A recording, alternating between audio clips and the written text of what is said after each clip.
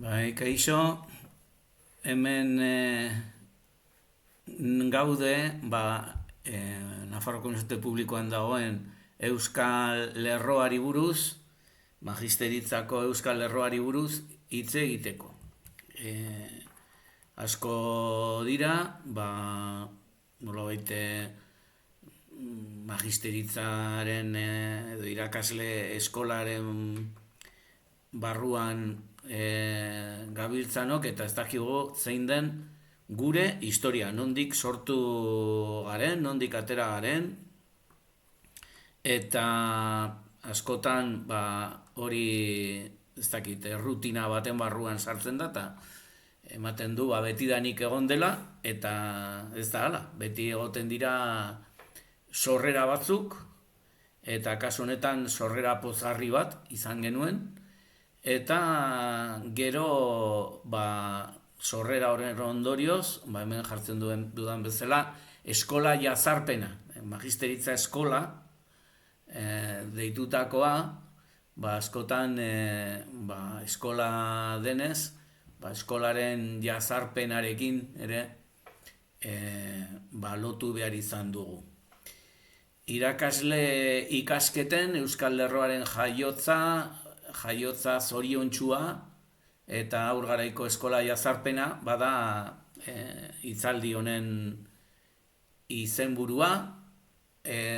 Hau izan zen 2024ko azaroaren 14an Fernando Rematxa aretoan eman nuen hitzaldiaren nolabait zabalpena, eta egun hartan gauzak ez ziren bideratu nahi izan genuen bezala, goizeko saioetan jende gutxi egon zen, eta orduan egin behar ziren ekitaldi asko ez ziren egin, eta nirea orduan pixka bat hankamotz gelditu zen.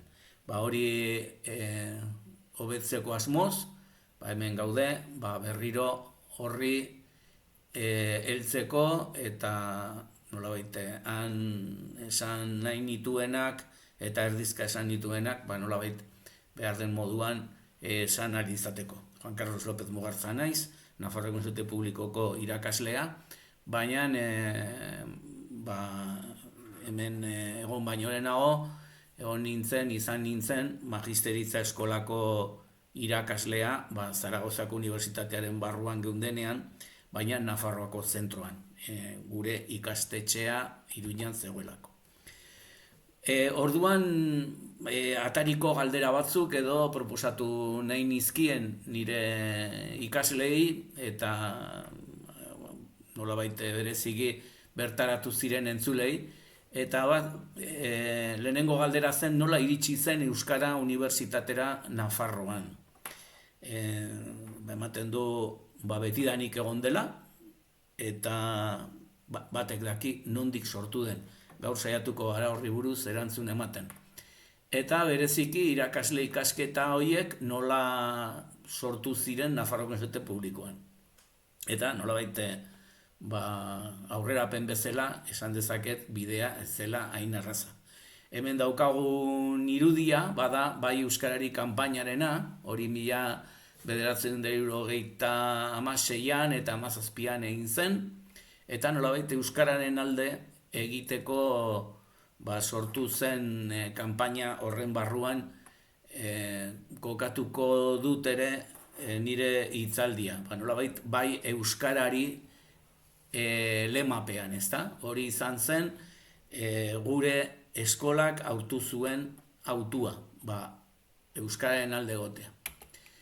19. mendean, hasten dira lehenengo nolabait bilakaera historiko bat edo ibilbide historiko bat egingo dugu, jakiteko nondik sortu den gure unibertsitatea eta gure Euskal ikasketa horiek, eta 19. mendean Teobaldo, hor agertzen diren irudiak dira, Teobaldo erregearen txamponak, eta Teobaldo bigarrenak sortu zuen Tuteran Estudio General deitzen zena, eta hortan nolabait zuzenbidea ematen zen, zuzenbide zibil eta kanonikoa, eta Europako 18. Unibertsitatea izatera iritsi zen. Orduan, hori ikusten duzue,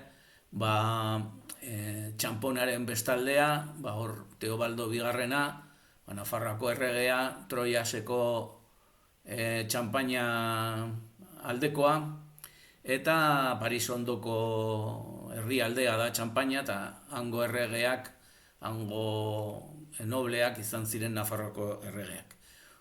Teobaldo Bigarrena izan zen, saiatu zen lehena hori egiten. 14. mendean, egon zen beste saiakera bat, Carlos Hirugarrena noblearen aitaren eskutik, hau da, Carlos Bigarrena, Usuen egin nahi izan zuen beste unibertsitate bat.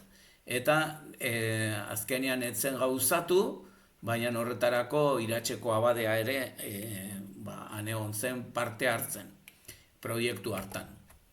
16. mendean berriz, esan dezakegu lehenengo unibertsitatea daukagula Euskal Herrian, Oñatiko Santi Espiritus Unibertsitatea, Iruñeko Elizbarrutiari loturik, eta Iruñeko ikasleak, nolabait hemen Nafarroan unibertsitaterik ez zegoenez, normalean ara joaten ziren Iruñekoak. Baina egia da, aurrekari bat zeudela, Iratzen, sortzen ari zela, jartzen ari zirela oinarriak unibertsitate bat antolatzeko.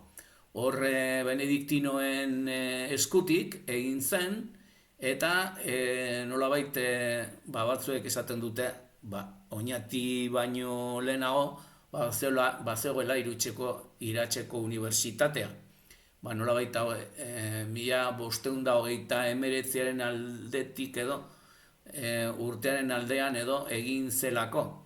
Baina, hori bazen eskola bat, ez zuen oraindik unibertsitate maila, baina artea eta hizkuntza klasikoak ematen ziren, hori bai, Valladolideko San Benito kongregazioaren esku, eta badaude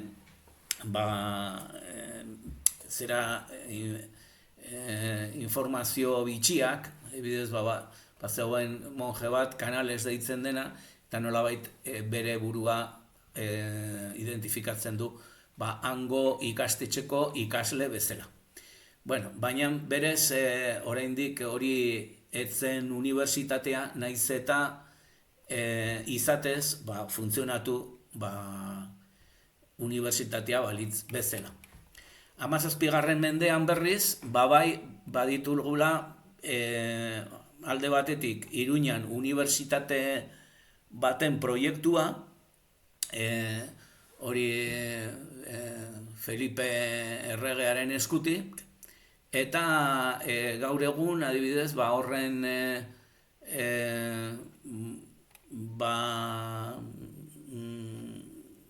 egitasmoa edo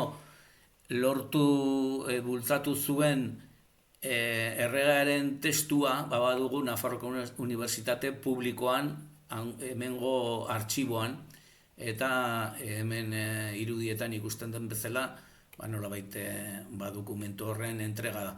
Hemen agertzen den agiria bada irudi ilustratibo bat, ez da egiazko agiriaren irudia.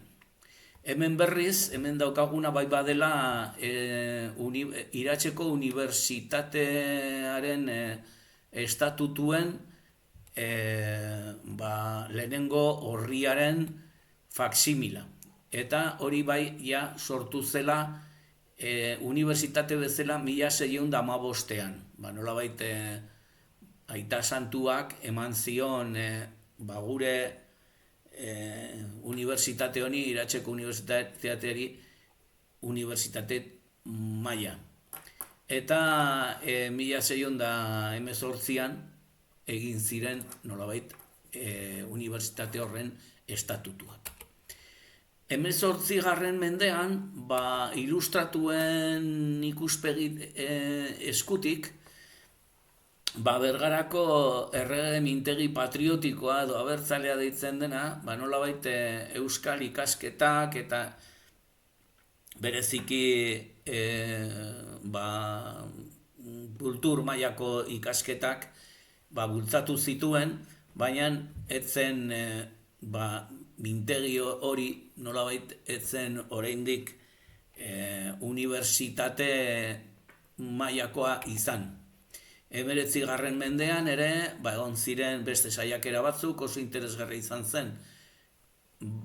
Nafarroako diputazioak proposatu eta bultzatu zuena, Nikasio Zabaltza lehendakari ordea zenean, eta nolabait Universidad Basko Navarra bultzatu zuen.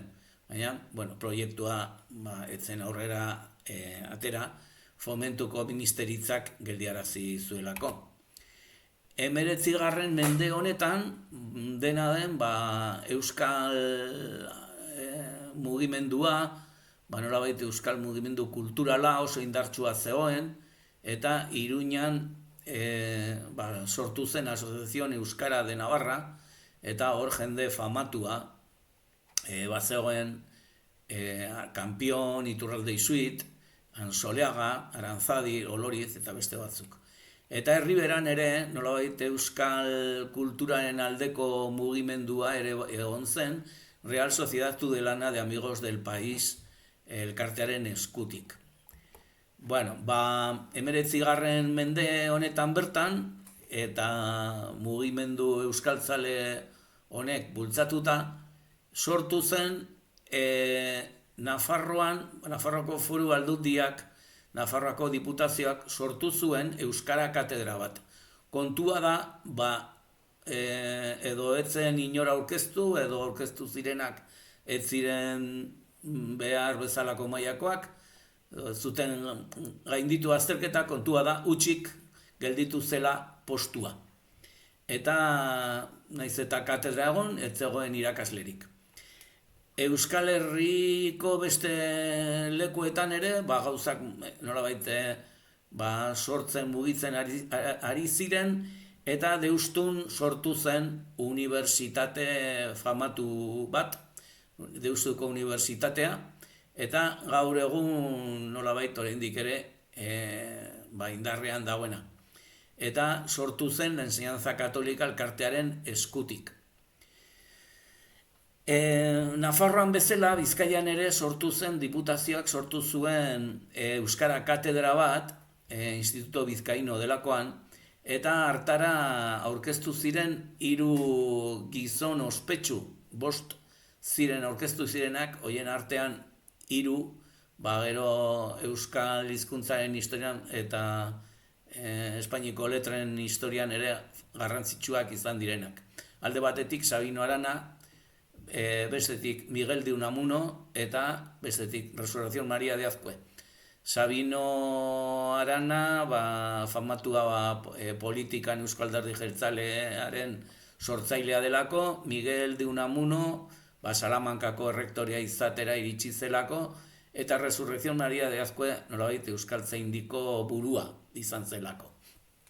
Katedra horretara, izan bezala, 5 aurkeztu ziren, eta 3 ospetsu hauek.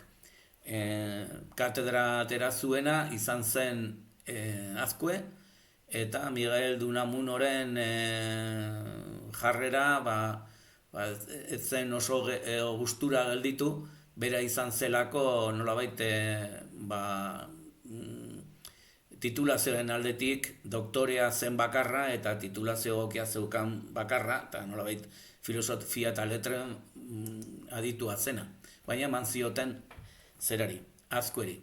20. mendean sartuta, aipatu behar da Mariana Sanzen lana, Nafarroako unibertsitate, oraindik ez zegoenean, Nafarroako unibertsitate erik ez zegoenean, bera zen Euskal Magisteritza Eskolako zuzendaria. Eta zuzendari bezala berak gogora ekarri zuen, katedra de Baskuentze delakoaren beharra bat zegoela, bete beharrekoa, eta bueno, nolabait euskararen alde egin zuen berak idatzitako artikulu batean, Diario Navarran argitaratu zen batean. Gero urte horietan, Oñatin eusko ikaskuntza sortu zen, Angela Praizen bultzadaren ondotik, eta nolabait euskal unibertsitate bat sortzeko asmoz handik sortu zen ideia, Pro Universidad Vasca. Angela Praizek han Bilbon, Oñatiko kongresoa baino lehenago, eman zuen diskurso baten ondorioz. 1928an berriz egin zen bigarren kongresua, baina Iruñan.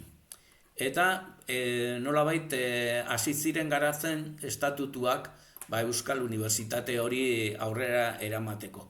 Baina Primo de Riveraren estatu kolpeak nolabait asmo hauekin guztiekin bukatu zuen. 1922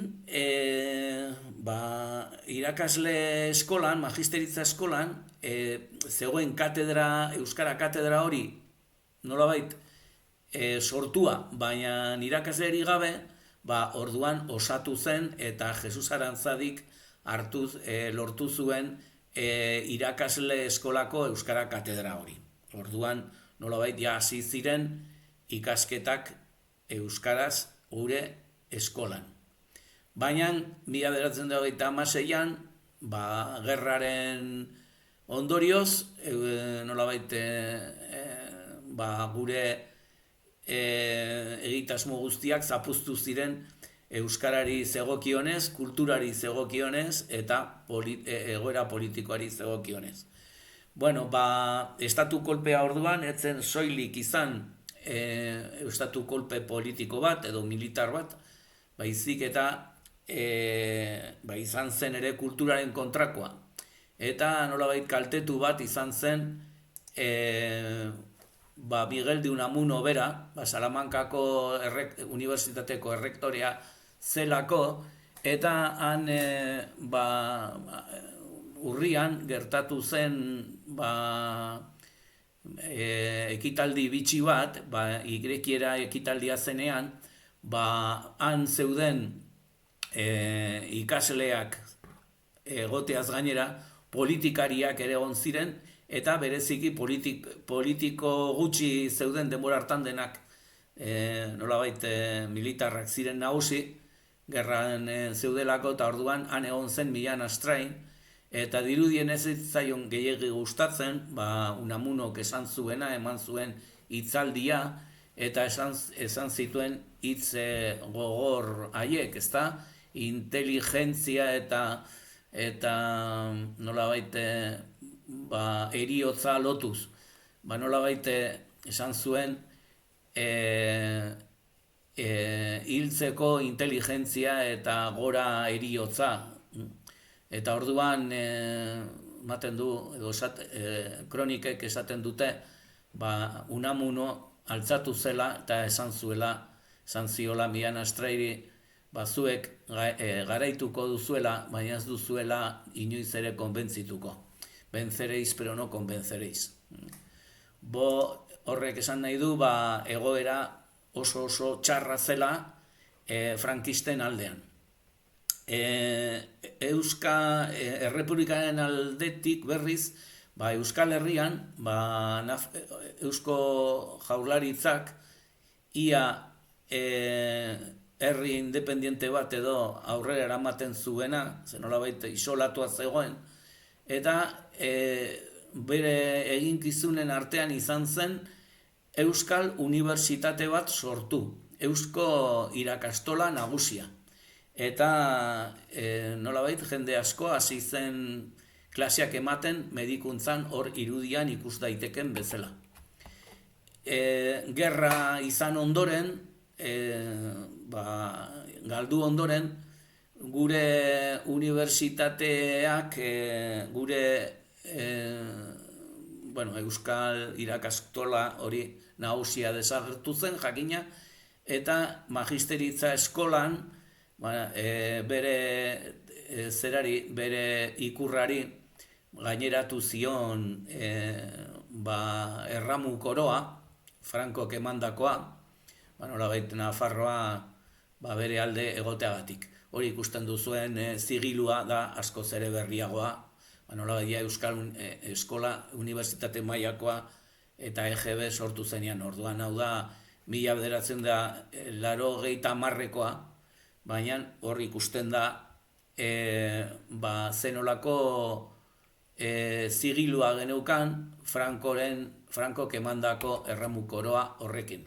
Hemen ere iruditxo horretan, zigilu horretan ikusten da nolakoa zen Frankoren garaiko armarria. Egia esan frankismoak ez zuen batere lagundu euskararen alorrean, baina beti egon ziren saiakerak euskara nolabait kontuan hartua izan zedin. Ezin zen desagertarazi hain erraz, jende askok bazekien, eta denak ez ziren Frankoren garai haietan, denak ez zeuden nolabait euskararen kontra. Batzuk euskararen alde ere ez, baina kontra ere ez. Eta egia esan, Nafarroko Foru Aldundian, diputazioak, 1959an nolabait sortu zuen, eskola sistematik kanpo, sortu zuen nolabait euskara ikasteko, zan dezagun, akademiantzeko bat Kontos kamaran, ganberan. Eta egin zen euskararen irakaskuntzari buruzko akordio bat diputazioan. Lehenengo maisua horretan, klaseak ematen izan zen Paco Tirapu, Francisco Tirapu, hori zen Bernardino Tirapu mediku famatuaren semea. Eta hemen Iruñan Arrotxapean badago kale bat Bernardino Tirapu izena daukana. Eta orduan eskola horiek ematen ziren akademia moduan, Kontosetik pasatu ziren merkataritza eskolara, enpresariales eskola izeneko horretara, eta gero nolabait gurean ere, magisteritza eskolan ere, hasi ziren klase horiek ematen. Eta beste mugarri garrantzitsu bat da, 1952an, Nafarroko Unibertsitatea sortu zela. Eta unibertsitate horretan, euskara katedra bat ere sortu zen filosofia eta letren fakultatean. Eta nolabait katedra hori edo horren erantzulea izan zen aita Jose Miel de Barandiaran. Hori oso gauza interesgarria izan zen, zen Nafarroan nolabait euskara sartu zelako unibertsitate batean, zegoen besterik, baina nolabait zegoen magisteritza eskola, zen Zaragozako Unibertsitateko eskola. Baina esan nahi dut fakultate mailan edo zegoela orduan sartua unibertsitate berri horretan. Datu batzuk badaude esanez, garai hartan irakasle gutxik bazekiten euskaraz, soilik 30%, eta beharrezkoa zen irakasle gehiago edo izatea, euskaraz eman ahal izateko aukera balego. Eta aukera hori iritsi zen 1970an. Bilar Palasi ministeriaren legearekin batera. Hortan ezarri zen oinarrizko heziketa orokorra, eta nolabait horrek ahalbidetzen zuen bertako hizkuntzen irakaskuntza ematea. Orduan lege horretan aipatzen dira bertako hizkuntzak landu daitezkela. Baina ez zegoen dekreturik oraindik ere garatua horretarako, eta dekretua iritsi zen 1975 maiatzean. Eta nolabait gure aldean euskara ofizialki eskoletan agertzen da ekainean edo hurrengo urtean egin ahal izateko. Oso bitxia da, ze urte horretan bertan Franco generala hil zen, eta Franco hain zuzen ere gerra garaian nolabait bultzatu zuen edo gerran Tolosako liburuen erreketa ospetsua, oso famatu egin zen, ze hori nolabait askotan irudi batek milaka hitz baino gehiago esaten baitu. Eta hori ikusten da, Tolosan nazionalak sartu zirenean zer egin zuten liburuen meta bat, gero horri sua emateko. 1997an Euskal Unibertsitatearen aldeko aldarria egiten da, kanpaina egiten da, eta horretarako erabili zen Txillardegik sortutako irudi bat. Berak eman zion Euskal Unibertsitatea kanpainari eman zion irudi hori, eta gerora hori erabilia izan zen Euskal Herriko Unibertsitatearen ikur bezala. Kenduta nolabait barneko zati txuria, bazegoen goitik nolabait bazen Gernikako arbola baliz bezala, jakintzaren arbola, eta tartetik ateratzen zen nolabait jakituria Euskal Unibertsitatea. Etzen fondoa ezen txuria, baizik eta goitik ikusten baldin bada beste kolore batean dago, orduan goiko partea ere bazen nolabait ikur horren zati. Nafarroan ere egin ziren lehenengo hauteskunde horietan, senaturako Don Manuel de Irujo Oio atera zen senatari, eta horrek erakusten zuen Nafarroaren biztanleriaren zati handi batean 50.000 boto lortu baitzituen, euskararen alde edo nolabait euskal kulturaren alde zegoela.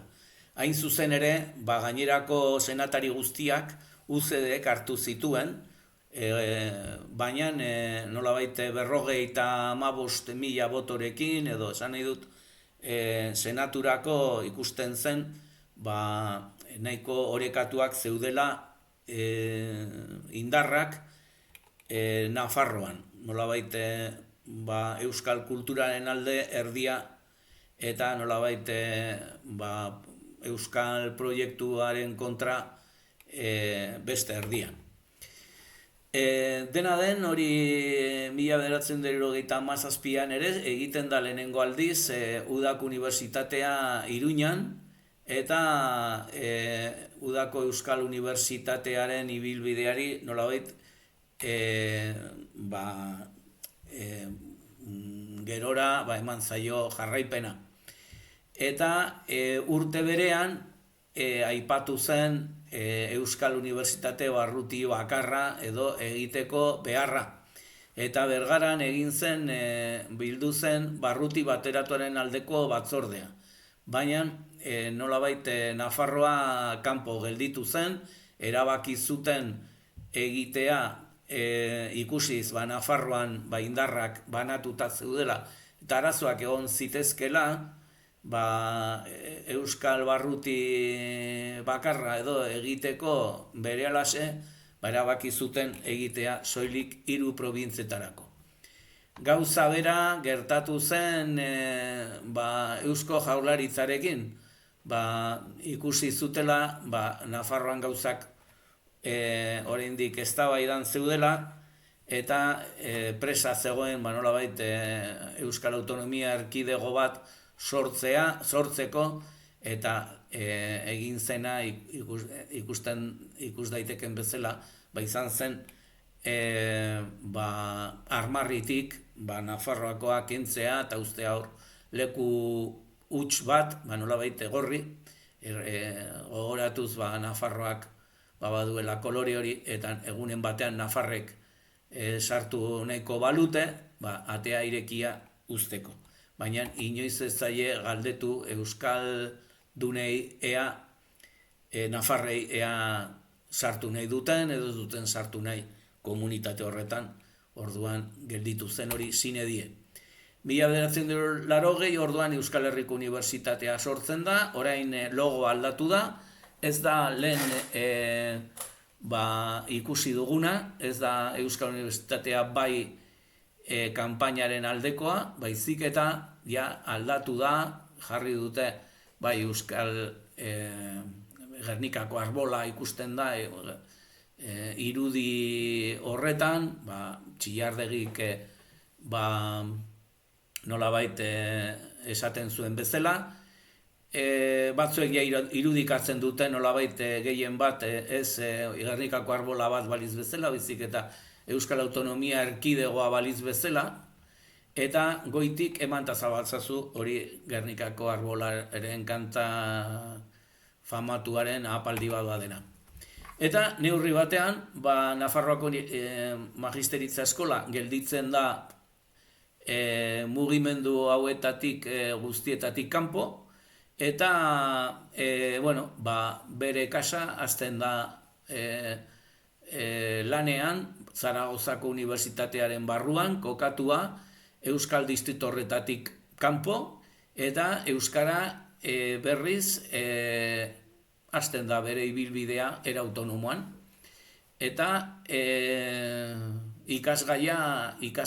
ikasketa planean ere sartzen da. Eta magisteritza bilakatzen da gune estrategiko bat Euskararen alorrean, Nafarroan, eta nolabait Euskara bizirik mantentzeko alor unibertsitarioan. Zuzendaritza berria iristen da, eta berarekin batera, Ester Gibert zuzendaria den garaian, aldatu egiten da zigilua, eta lehen ikusi duguna, bazela zerarekin, erramu koroa horrekin, Franco emana zen horrekin, aldatu egiten da, eta orain erramu koroari gabe agertzen da. Euskararen presentziare agotzen da Euskara batzorde bat sortzen da, eta irakasle gehiago hasten dira eskatzen, nolabait beharrei erantzuteko. Eta interesgarria da gelditzea edo gogoratzea hemen aipatzen den izen bat, Jose Ramon Pascual Boniz, garai hartan talde berriko idazkaria. Hurrengo urteetan famatua edo ezinbestekoa egingo zaiguna. 1982an nolabait Nafarroa nolabait administratiboki limboan zegoena, ez baitzen sartu orduan Euskal Autonomia Erkidegoan, edo hasiera batean kontsentsua zegoen, lau herrialdetako autonomia bat sortzeko, eta azkenean arrazoi politikoak zirela medio, eta pragmatikoak zirela medio, Nafarroak kanpo gelditu zen, eta orduan ezin zen eratu autonomia bezala, baina bilatu zen beste bide bat, eta izan zen foruaren bidea. Nolabait esanez, Nafarroa izan zela, garai batean erreinua, orduan sartzen zela foru hoien bitartez, nolabait estatuko administrazioaren egitura berrian. baina Nafarroakoa da autonomoa ez den komunitate bakarra, foru komunitatea delako, eta forua edo autonomia estatutua bozkatu ez duen bakarra. Baina esaten nuen bezala, garrantzia handikoa da Jose Ramon Pascual Boniz nolabait lehen idazkaria zena, eta orain 1986an zuzendari bilakatzen dena, irakasle eskolako zuzendari berria.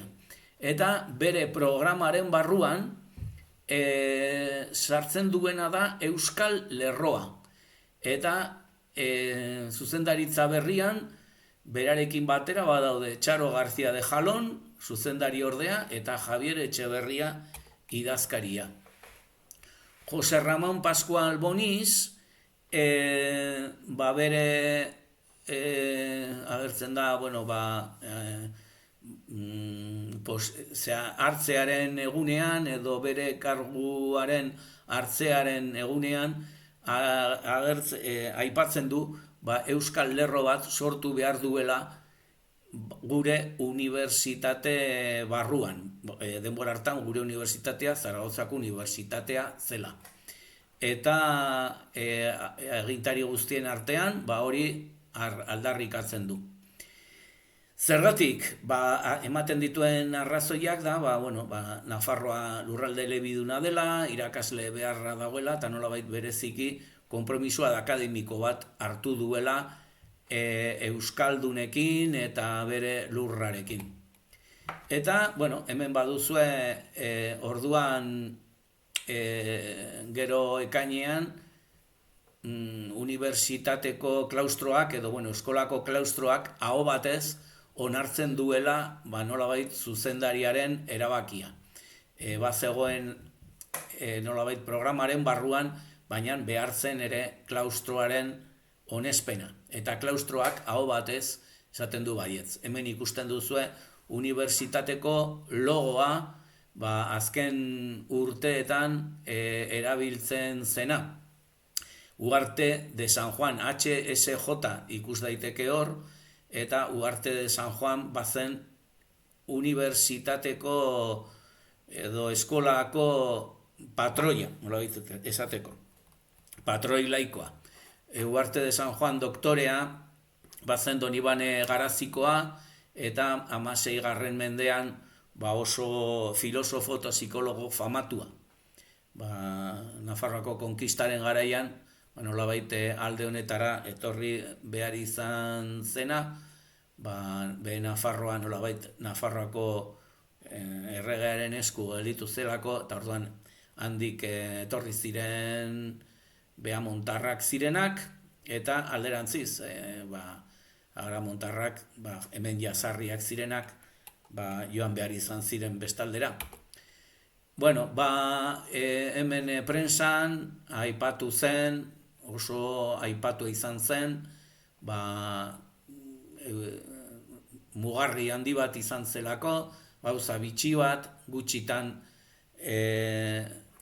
gertatzen dira olako egoera historikoak, lehenengo aldiz, unibertsitatean, Nafarroan, basartzen zela espezialitate lizentziatura batean, diplomatura batean.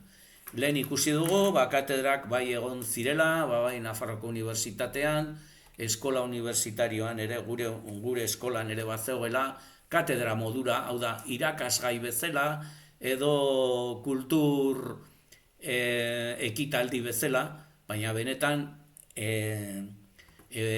hau gauza historikoa izan zen, Euskara sartu zelako lehenengo aldiz fakultate edo gradu modura edo denbora hartan diplomatura deitzen zena. Hau da, karrera bat Euskaraz.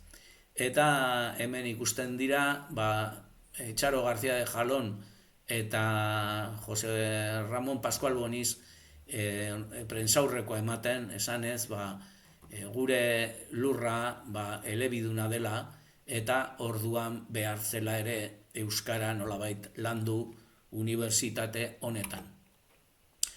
Dira María Rosario García de Jalón vicerrectora de Ordenación Académica de la Escuela de Magisterio, y José Ramón Pascual, director del mismo centro. Hau da, Diario de Navarra, aurrekoan ere, Diario de Noticias daukagu. Navarra hoy. Bueno, orduan, irailean hasi zen ja lehenengo promozioa, eta Navarra hoy izeneko egunkarian hori aipatu zen.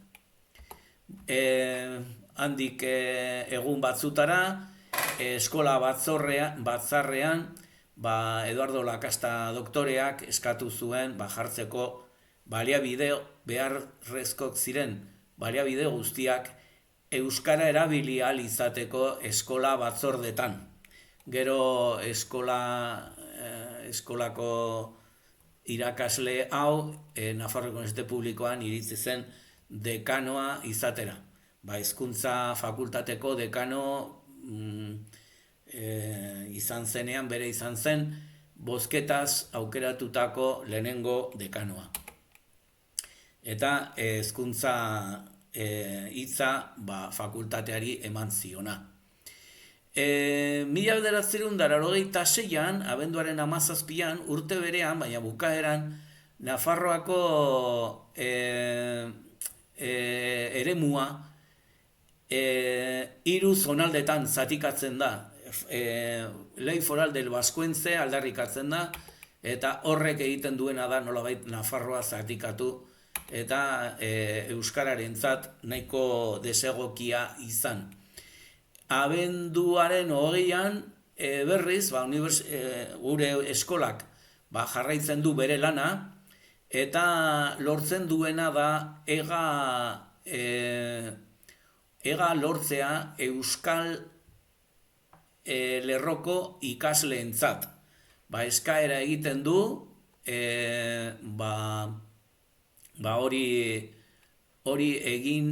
eskaera hori egitea.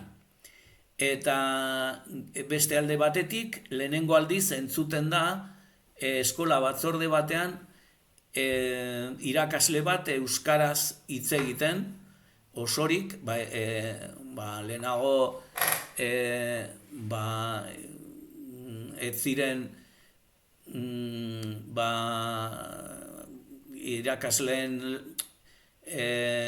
aurkezpenak guztiz euskaraz egiten, eta kasu honetan irakasleen zuzendari ordeak, Benjamin Zufiaurregoiko etxeak hitz egin zuen euskaraz, eta gero nolabait erdaraz ere azaldu zuen zer esaten ari zen, ezta?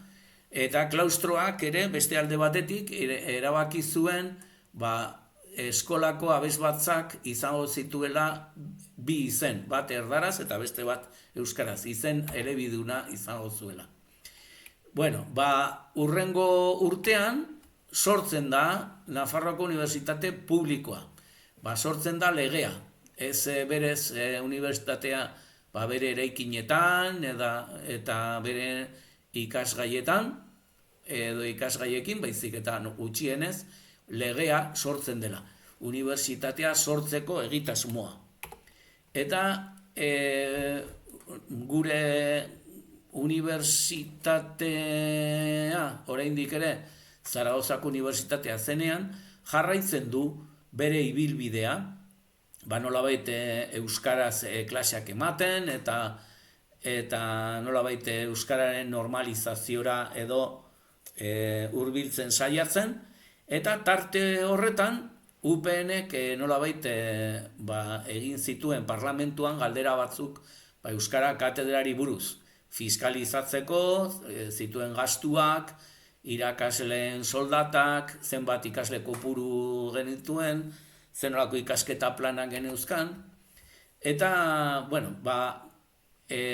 hori hala izanik ere, gure ikastetxeak jarraitzen zuen bere normalizazio lana, eta adibidez, maiatzaren 31ko eskola batzordeko aktan, ikusten dira lehenengo aldiz testuak euskaraz, gutxienez izen izenburuetan, akten izenburuetan, agertzen da elebidun euskaraz eta erdaraz.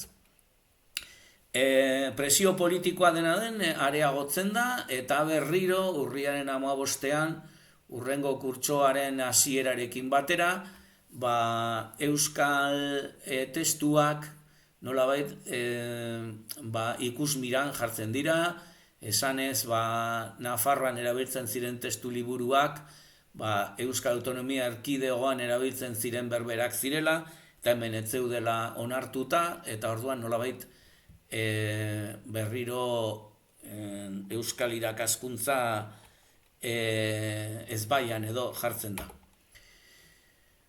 Gure aldetik, esaten dugun bezala, nolabait presioiek egonda ere, jarraitzen dugu aurrera, eta 1998 urriaren 18an lortzen da akordio interesgarri bat, garrantzitsu bat, Nafarroako Unibertsitate, Nafarroako Unibertsitate Eskolarekin eta Nafar gobernuaren artean, nolabait euskara katedra edo mantentzeko eta indartzeko.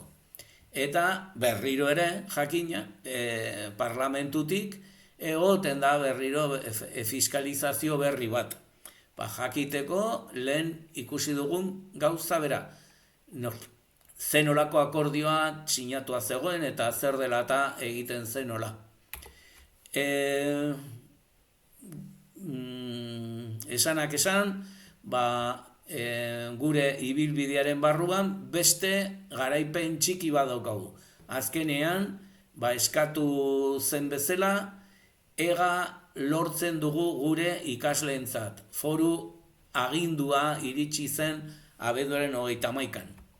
Orduan hori guretzat garrantzi handikoa izan zen. Ze hori gaur egun oraindik ere ematen zaie gure ikaslei eta denbora hartan lortu zen. Martxoaren batean, gainera, idatzi bat egin zen Nafarroako Magisteritza Eskolatik egina Nafarroako Unibertsitate Publikoarentzat. Kontuan hartu behar da, oraindik ere Zaragozako Unibertsitatean gaundela, baina berrikusten zen Nafarroako Unibertsitate Publikoaren barruan sartu beharko ginatekela. Nolabait indarrean egongo zenean. Eta Nafarroako Magisteritza Eskolak eskatu zion Nafarroako Unibertsitate Publikoari sortzeko erakunde bat euskara defendatzeko edo euskara ziurtatzeko. Eta gaur egun, zuzen ere, denbora hartan eskatu zena, bada gaur egun daukaguna Unibertsitate Publikoan, eta hori horra agertzen den logoa, bada alor berri honetakoa. Beste alde batetik, apirilaren 7an, izan genuen Nafarroako Unibertsitate Publikoko kudeaketa batzordeko lehendakariaren bisita. Nolabait, errektorea oraindik ere ez zegoenean, errektorea bazen kudeaketa batzordeko lehendakaria, presidentea. Eta neurri batean esan daiteke errektorea zela. Edo errektore lanetan aritzen zela. Eta bera etorri zen unibertsitatera, eta esan zituen gauzen artean, hauek esan zituen. Nolabait, beti euskarari buruz hitz egiten edo galdetzen zitzaionean, beti aipatzen zuen euskara babestua egongo zela, baina beti legeak hala albidetzen bazuen. Eta horren beste aldiz esan zuen hori, esan behar izan zuela azkenean, ez pentsatzeko legalitatea aipatzeagatik nolabait elebitasunaren kontra zegoela. Beste alde batetik esan zigula ikasketa guztiak sartuko zirela unibertsitate berrian, Magisteritza Eskolako lerro euskalduna sartuko zela eta gainerako irakasgaiak ere bai. Baina kontuan hartu behar da, euskara katedraren bitartez, euskara aspaldidanik sartuta zegoela Nafarroako Unibertsitate Publikoan, eskola zaharrean, magisteritzak eskolan. Eta ematen zela euskara maila guztietan, erdan lerroko maila guztietan. Esan nahi dut, bagenuen euskal lerro bat osorik aurreskolan, edo aurre hezkuntzan, gaur egun honela dituko genioke, bagenuen lerro bat magisteritzan, eta horretaz gainera, erdan lerroan, lerro guztietan, maila guztietan euskara ere ematen zela. Eta hori bai aurreratu zuen, unibertsitatera ez garela etorri behar hizkuntzak ikastera, baizik eta hizkuntzak ikasita. Bueno, baina esan zuen, ez zela desagertuko magisteritzako lerro hori. Egia esan, orain ikusiko dugun bezala, hemen gauza batzuk ez ziren ala gertatu. Promesa horiek edo agindu horiek ez direla bete. 1980an, Nafarroako Unibertsitate Publikoak hartu zituen Zaragozako Unibertsitateko ikasketak. 1980an oraindik bageunden Zaragozako Unibertsitatearen barruan. Baina uda izan ondoren urrengo kurtsoa hasi behar genuen ja unibertsitate berrian. Hau da, urte hartan zati bat eman zen unibertsitate batean eta bestea bestean. Orduan, kurso berria hasi genuen Nafarroko Unibertsitate Publikoan. Eta sartzearekin batera gertatzen da alde batetik, eskolaren ezabaketa desagertu egiten da gure unibertsitatea, gure eskola, sartzen delako fakultate batean, fakultate horrek oraindik ez zuen hezkuntza izenik, bazen gizarte zientzien fakultatea, giza eta gizarte zientzien fakultatea, eta eskolaren ezabaketarekin batera, kentzen da, era berean, eta oso larria da, kentzen dira euskara irakasgai guztiak. Erdan lerroan ematen ziren ikasgaiak. Hain zuzen ere unibertsitatera ez delako joaten hizkuntzak ikastera, baina ingelesa eta frantsesa mantendu ziren. Beraz, ingelesa eta frantsesa ikasteko bai bazegoela gunea, bazen egokia unibertsitatea, baina bestela ez. Eta gainera matrikulazio bulegoan ez zen informaziorik ematen euskal lerroari buruz, edo euskal lerroan matrikulatzeko aukerari buruz. Eta orduan hori zelata, prentsaurreko bat eman zen hori salatzeko euskal lerroko irakasleek, prentsaurreko bat deitu zuten hori salatzeko.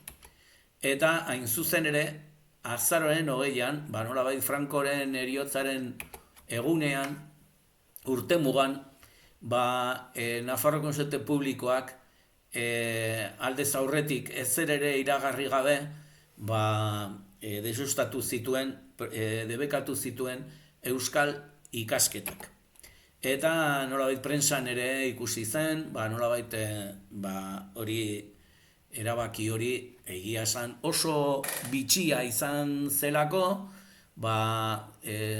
argi zegoelako, zegoela iragarrita, nortzuk aukera bat zegoela euskaraz ikasteko, edo informazio gutxi zegoela, baina zegoen ja talde bat egina, eta neurri batean, nola ezin izan zuten lortu hori kentzea, era batera, lortu zuten bestera, kenduta kito. Orduan izugarrizko erantzuna egon zen, prentsaurrekoak egon ziren ere, hori egiteko prentsaren agertu zen, erreakzioa oso nabaria izan zen, ikasleak, irakasleak eta langileak batu ziren, eta hasi ziren sinadurak eta protestak sortzen, ez soilik unibertsitatean, baizik eta unibertsitatetik kanpo. Eta gainera esanez, legea, Baskoentzeren legea bera, nolabait zela betetzen ari.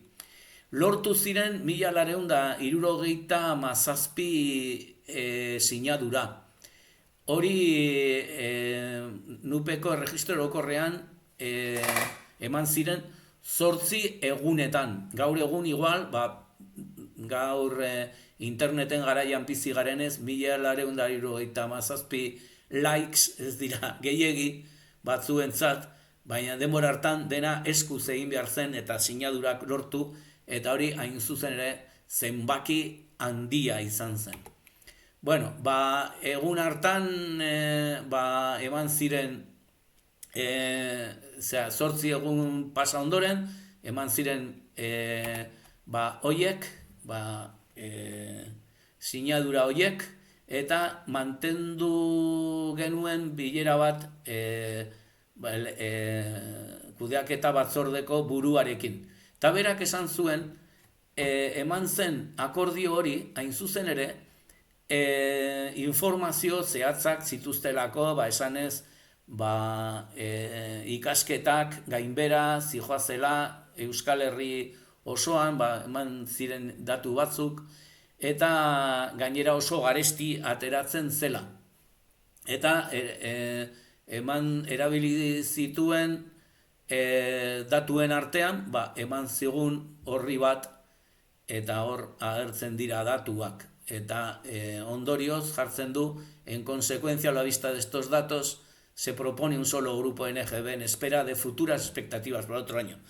Hau zen, kentzea urte batean, eta beste uneren batean igual berriro ere berrezarriko zela.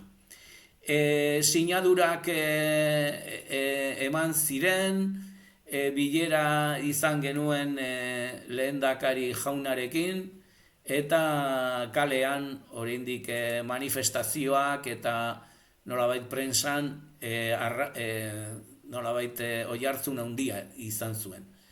Elkartasunaren aldetik, alde batetik gure fakultateko dekano jaunak bere dimisioa aurkeztu zuen, eta denbora hartan Josep Blasco Canet bazen dekano ordea, margolaria eta arte irakaslea, egoera ikusita utzi zuen bere kargua. Gero elkartasunaren aldetik, Arabako oinarrizko ezik eta orokorreko irakaslegoaren unibertsitate eskolaren elkartasuna lortu genuen, garrantzi handikoa izan zen, baina ere komentatu behar da batzuk lerrokatu zirela gestoraren alde, eta haien artean oso bitxia ikasleen ordezkaritza instituzionala, nolabait kudeatzeketa batzordearen barneko egitura bat bazena, horiek agertu ziren gestoraren alde. Soilik batek egin zuen kontra, eta izan zen magisteritzako ordezkaria lerrokatu zela magisteritzako ikasleekin batera. Hau arazoa ustekabean konpondu zen, handik urte betera, Nafarroako gobernuko presidenteak nupeko kudeaketa batzordeko burua kargutik kendu zuen, zesatu zuen, eta talde berriak Euskal Lerroa berrezarri zuen berriro. Hori oso bitxia izan zen, ezta? Eta horren beste nekeak izan ondoren, goitik etorri zaigun erantzuna. Bueno, orduan nupen sartu ondoren, unibertsitatean, zenbait urtetan hobeto egon gara, beste batzuetan atzera, oso gogoangarria da, 2001an Euskal Lerroa berriro zalantzan egon zela, eta 84 ikasle, irakasle eta langile atxilotuak izan ziren, eta berriro ere atera behar izan ginen kalera, defendatzeko gure lerroa, eta azkenean lerroa mantendu zen. Orduan, ondorio bezala, esan dezagun, aurrerapenak eta atzerapenak egon direla, baina aurrera egin behar dugula beti, lortu dena ez dela betikoa, defendatu behar dela, oroimena eskoladun memoria duten eskolak da gure leloa, oroimena askotan ahula da eta memoria mantendu beharra dago, jakin behar dugula nondik atera garen, euskarak unibertsitatean duen lekua zein den jakin behar dugula, eta gauzak ez dira oparitzen, defendatu behar direla berriro atzerakadak egon ez daitezen.